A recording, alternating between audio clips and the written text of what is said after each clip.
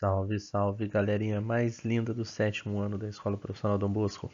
Quem fala com vocês aqui é o professor João JB Batista, de História, e hoje a gente vai dar continuidade às nossas aulas da unidade 2 do nosso livro didático, tá? Aula passada a gente viu o humanismo, vimos que o humanismo ele valorizava mais o homem agora, valorizava o antropocentrismo, que é o homem no centro do universo, e não mais o teocentrismo, que é Deus como sendo o centro de tudo, né? Valorizava a razão, a pesquisa e, a partir do humanismo, houve um movimento que foi chamado de Renascimento. Hoje, então, a gente vai ver que o Renascimento ele teve três tipos: o Renascimento científico, artístico e religioso.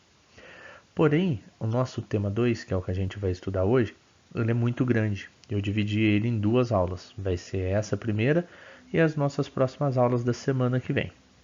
Lembrando a todos vocês que semana que vem nós teremos aulas online direto, né, ao vivo. Então, já se preparem aí para que possamos ter uma aula legal aí e eu poder ver vocês novamente, tá? Vai ser a nossa primeira aula sim, provavelmente a gente vai ter umas coisinhas diferentes, vamos passar alguns apuros, mas a gente tá junto, beleza? Então vamos lá. Bom, no tema 2 a gente vai ver o renascimento das ciências e nas artes. Depois no tema 3 a gente vê o renascimento religioso, tá? E por enquanto, como vamos ver nas ciências e nas artes, a gente vai começar falando do espírito científico que o Renascimento trouxe, tá? Antes, como a gente via, tudo era vontade divina. Depois, com o humanismo no Renascimento, a observação e a experimentação começaram a questionar essa manifestação da vontade divina, certo? Os humanistas e os renascentistas, eles valorizavam o cálculo e a matemática, o projeto, a precisão, o método e o rigor. E eles realizavam descobertas científicas, né, e inovações tecnológicas. E algumas dessas pessoas, principalmente no campo da matemática, da astronomia e da medicina, destacaram-se. Primeira delas, Nicolau Copérnico. Ele era um astrônomo polonês. Ele contestou a teoria geocêntrica elaborada pelo grego Ptolomeu e reafirmada pela Igreja Católica de que a Terra era o centro do universo. No lugar, defendeu a teoria heliocêntrica, segundo a qual o Sol era o centro de tudo e a Terra e os demais planetas giravam em torno dele. É esse cara aí que aparece na fotinha, tá para vocês. Não é uma foto, lembrando, né? Século XV, 14, 15, então era uma imagem dele, tá? De todos eles que vão aparecer aqui. Depois temos o Johannes Kepler, que ele foi um astrônomo e matemático alemão, dedicou-se à observação do planeta de Marte e descobriu que os planetas descrevem órbitas elípticas em vez de circulares, como se acreditava até então. Também elaborou as leis sobre o movimento dos planetas. Em terceiro, a gente tem o mais famoso, que é o Galileu Galilei, que foi um astrônomo, matemático e filósofo italiano. Ele aperfeiçoou a luneta, instrumento que lhe permitiu descobrir que a Lua, as luas de Júpiter, os anéis de Saturno e as fases de Vênus, as manchas do Sol e a dimensão da Via Láctea e do Sistema Solar. Por meio de suas observações astronômicas, ele confirmou a teoria heliocêntrica de Copérnico. Marquem bem esses dois nomes, Galileu e Copérnico, porque vai ser importante. Em quarto, nós temos o Paracelso. Paracelso ele foi um químico e médico suíço-alemão que propôs a cura para sífilis por meio da utilização do mercúrio. Tá? Gente, lembrando que na época, século 14 e 15, eu já disse para vocês várias vezes que eles não tinham uma higiene muito boa. Né? Então a sífilis aflorava na Europa, não tanto quanto a peste negra, mas era uma das grandes causas de morte na época. Tá? E por último, Miguel Servet. Ele foi um médico espanhol que descobriu o funcionamento da pequena circulação sanguínea, mostrando que o sangue é levado aos pulmões para ser oxigenado e retornando depois para o coração. Ou seja, ele que descobriu o nosso aparelho sistema, né, na verdade, circulatório. Bom, o problema desses caras é que as ideias que eles defendiam iam muito contra as ideias da igreja, certo? Então eles ameaçavam um pouco as ideias da igreja. Mas lembre-se, nenhum deles era ateu, todos eles eram cristãos, tá? Só que vários desses pensadores, eles sofreram pressões para abandonar os seus estudos. Como eu disse antes, para vocês lembrarem, o Galileu Galilei ele foi condenado por defender a teoria do Copérnico, do heliocentrismo, tá? E ele foi obrigado a renunciar às ideias dele, falar que ele estava errado, tá? Para que ele não morresse queimado. Tá? A teoria do Copérnico é a de que o Sol era o centro do nosso sistema solar e que os outros planetas giravam em torno dele. Tá? E a do geocentrismo, que é o contrário, que a igreja defendia, é de que a Terra era o centro e o Sol, a Lua e os outros planetas giravam em torno da Terra. Certo? Bom, existe um cara que que se chamava Giordano Bruno, que é um ex-monge italiano.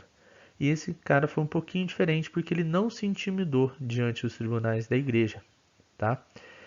Ele foi um defensor do conceito do infinito.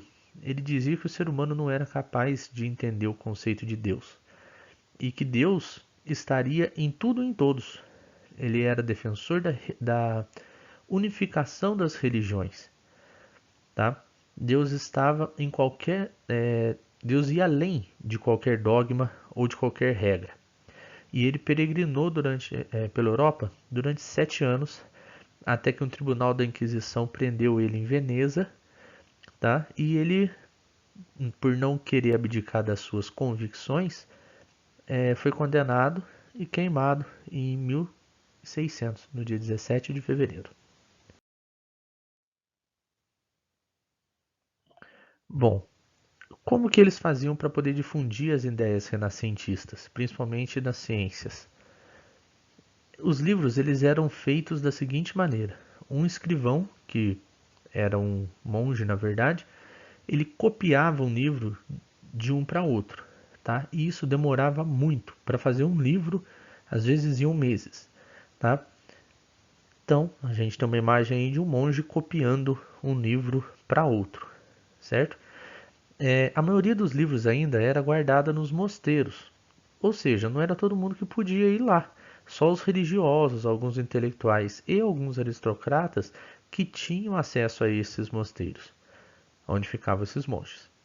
Só que em 1450, um outro alemão, Johannes Gutenberg, ele desenvolveu a prensa de caracteres móveis, com base no modelo chinês, que é essa prensa que está atrás aí da imagem dele, tá?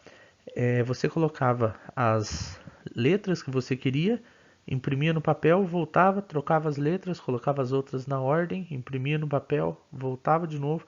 Era um processo trabalhoso, só que você conseguia imprimir mais letras ao mesmo tempo. Saía um pouco mais rápido do que um monge copiando, certo? Por meio dela, então, foi possível agilizar e aumentar a produção dos livros e as ideias humanistas puderam ser difundidas por várias regiões da Europa. Com isso, começou a criação de academias e liceus laicos, universidades, para ficar mais fácil, tá? O que é ser laico? Ser laico é não possuir uma religião dominante. Por exemplo, o nosso país, Brasil, é um país laico.